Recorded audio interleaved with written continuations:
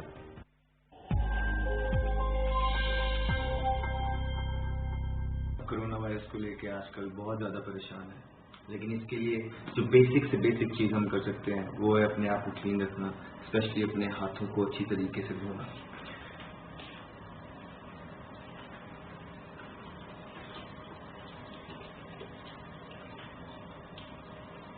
At least 15 سے 20 second کے لیے اپنے ہاتھوں کو اچھی طریقے سے صاف کریں.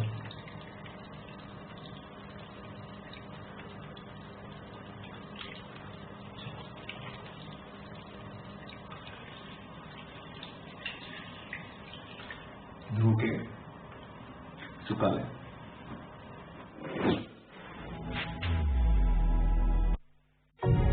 کورونا وائرس سے بچاؤ ہمارے ہاتھ میں ہے، اور صرف کچھ بنیادی احتیاطی تدابیر اختیار کر کے نہ صرف ہم خود اس سے محفوظ رہ سکتے ہیں بلکہ دوسروں کو بھی بچا سکتے ہیں.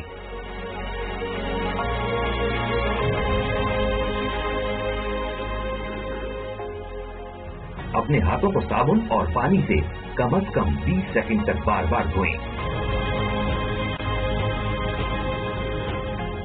کھانستے یا چھینکتے وقت منہ اور ناک کو ہر بار نئے ٹیشو پیپر یا اپنی کونی سے ڈھانپیں. اپنی آنکھوں، ناک اور منہ کو ہاتھ بالکل نہ لگائیں. مسافے کے لیے ہاتھ نہ ملائیں، نہ ہی گلے ملیں. کھانسی یا نزلے کی علامات کے حامل افراد سے کم از کم 3 فٹ کا فاصلہ رکھیں. رش والی جگہ جانے سے پرہیز کریں. بلا ضرورت گھر سے باہر نہ جائیں. اگر آپ کو کھانسی، نزلہ یا سانس لینے میں دشواری محسوس ہو تو فوراً طبی معائنہ کرائیں. آئیے سب مل کر ان احتیاطی تدابیر پر عمل کریں اور اس مشکل وقت سے نمٹنے میں اپنا کردار ادا کریں، کیونکہ ہم سے ہے پاکستان.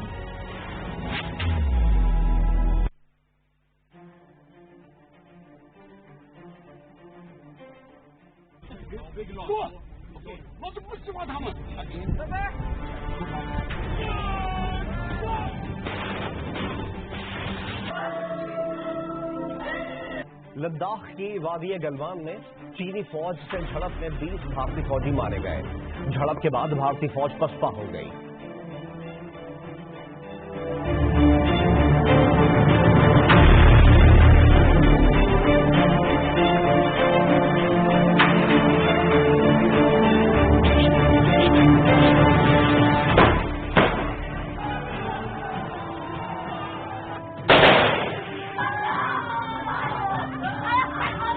ساڑھے 5 بجے اتنس گئی فائر.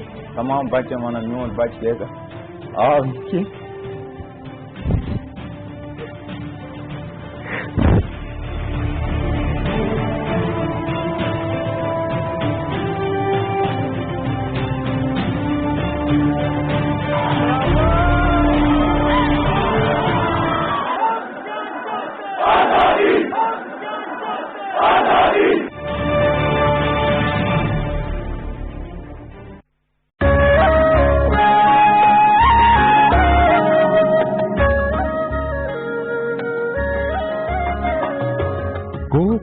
سے بڑھ کر عالی شان یہی ہے، گلگت بلتستان یہی ہے.